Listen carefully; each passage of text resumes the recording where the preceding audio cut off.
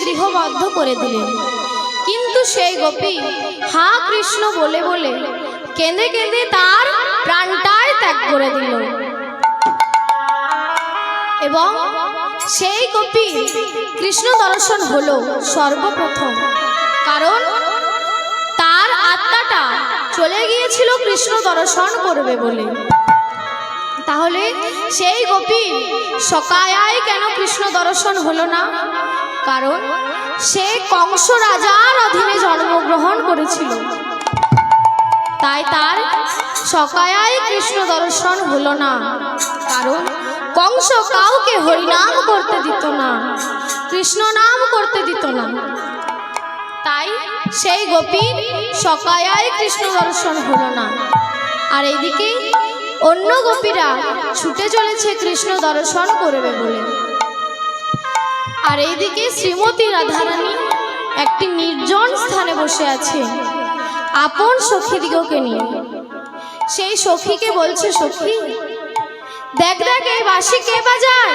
ললিতা বলছে, কেন? এটা যার বাঁশি সে বাজায়, এই বাঁশি শুনে তোর কাজ কি?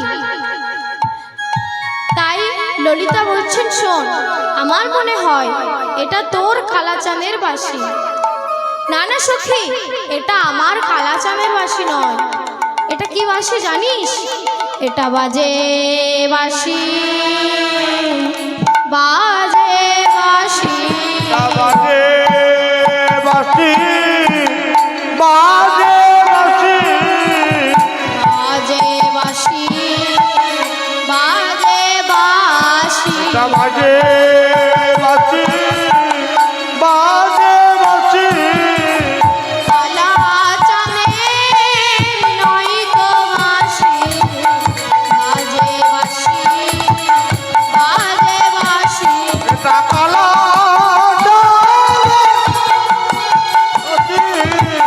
বাজে বাঁশি, বাজে বাঁশি, কালাচাঁদের নয় তো বাঁশি,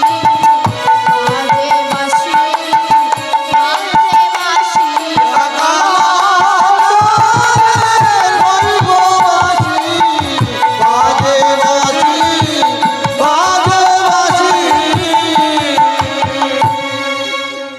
তাই আজ এটা হলো বাজে বাঁশি, অর্থাৎ এই বাঁশিটা খারাপ বাঁশি, আর হলো এই বাঁশিটা বাজছে।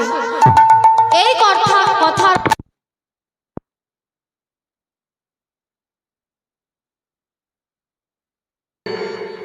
এই কথাটির অর্থ হলো দুটি। এটা হলো কালাচাঁদের বাঁশি নয়, অর্থাৎ এটা বাজে বাঁশি, মানে হলো খারাপ বাঁশি। আর এই বাঁশিটা বাজে, তার মানে হলো বাঁশিটা এখন বাজছে। তাই আজ রাধারানী এই বাঁশির শব্দ শুনে বলছে, এটা আমার কালাচাঁদের বাঁশি নয়, এটা বাজে বাঁশি। কারণ এইভাবে আমার কালাচাঁদ কোনোদিন বংশীধ্বনি করেনি। সত্যি এইভাবে কালাচাঁদ বংশীধ্বনি করেনি, কোনোদিন করেনি। শুধু তিনি একবার করেছিলেন, যেই দিন এই বাঁশির উৎপত্তি হয়েছিল। আর যেই দিন বংশীধ্বনি করেছিল, সেই দিন কি হয়েছিল? সকলেই নাচছিল। কে কে নাচছিল? শিব নাচে, ব্রহ্মা নাচে, আর নাচে ইন্দ্র। ওই শিব নাচে, ব্রহ্মা নাচে, আর নাচে ইন্দ্র। আর শিব নাচে, ব্রহ্মা নাচে, আর নাচে। ও শিব নাচে রে,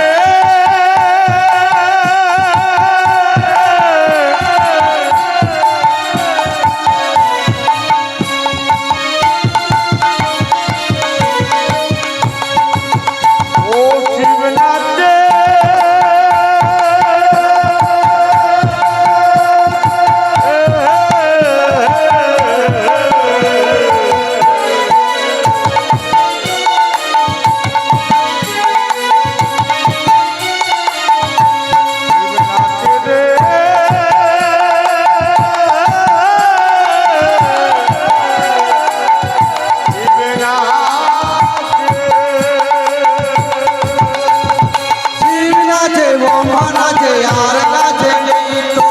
সাগর জঙ্গল নাচে, শ্যামের বাঁশি শুনি।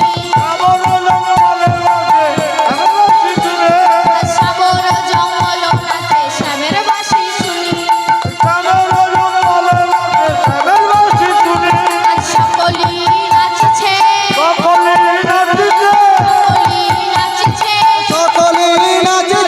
বাবা শ্যামের বাঁশি শুনি, সকলেই নাচছে। ওই বাবা শ্যামের বাঁশি শুনি, সকলেই নাচছে। নিতাই গৌর। তাই আজ রাধারানী বলছেন, এটা আমার কালাচাঁদের বাঁশি নয়। এইভাবে আমি কোনোদিন আমার কালাচাঁদকে বংশী ধ্বনি করতে শুনিনি।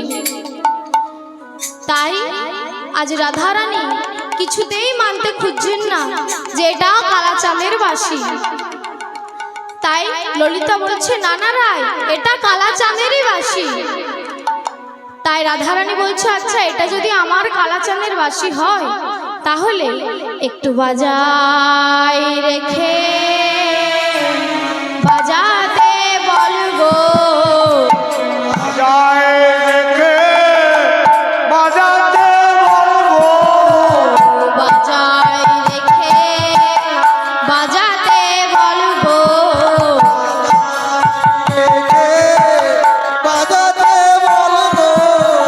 থাকি গুরুজনার মাঝে, বাজাই রেখে বাজাতে বলবো। আমরা থাকি গুরুজনার মাঝে, বাজায় রেখে বাজাতে বলবো। তাই রাধারানী বলছে, এটা যদি আমার কালাচাঁদের বাঁশি হয়, আমি আর ধৈর্য ধরতে পারছি না। চল আমরা সকলে মিলে গোবিন্দ দর্শনে যাই।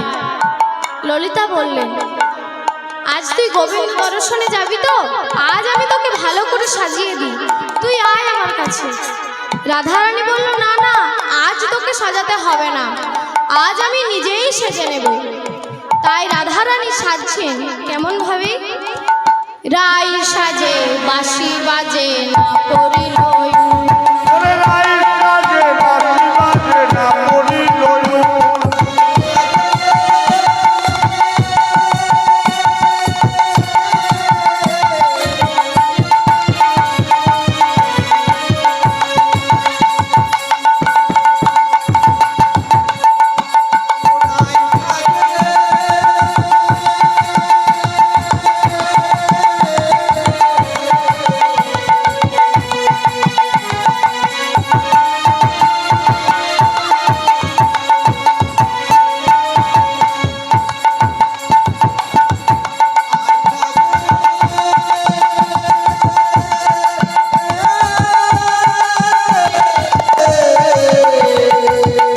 রায়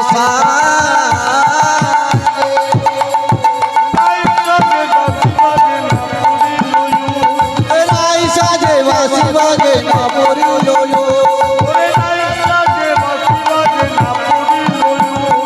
রায় সাজে বাসি বাজে না পড়িল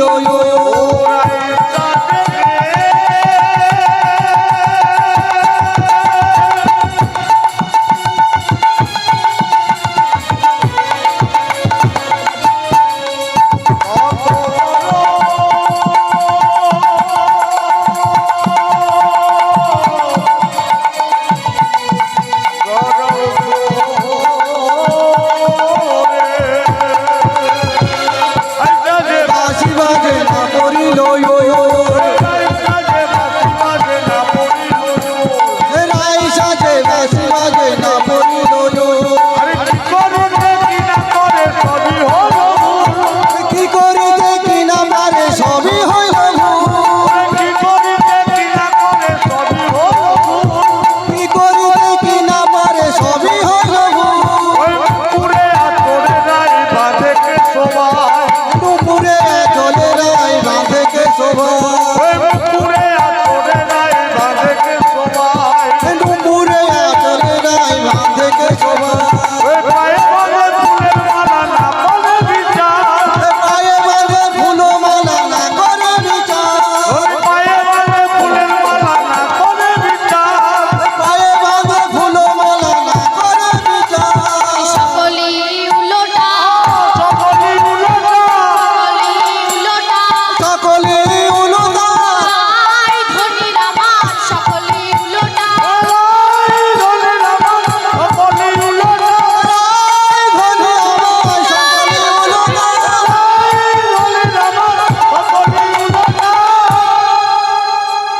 তাই আজ রাধারানী এইভাবে উল্টো পাল্টা করে বেশ রচনা করছে।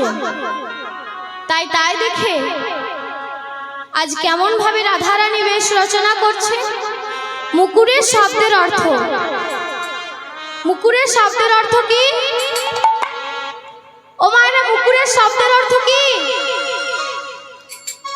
আয়না। তাই রাধারানী আজ আয়নাতে কি করছে? আয়নাকে চিরুনির মতো ব্যবহার করে চুলগুলি আঁচড়াচ্ছে আর চিরুনি দিয়ে মুখ দর্শন করছে। আর গলার মালা পায়ে পড়ছে, পায়ের নুপুর হাতে পড়ছে। আর কি করেন? চরণে কাজল পরে রায়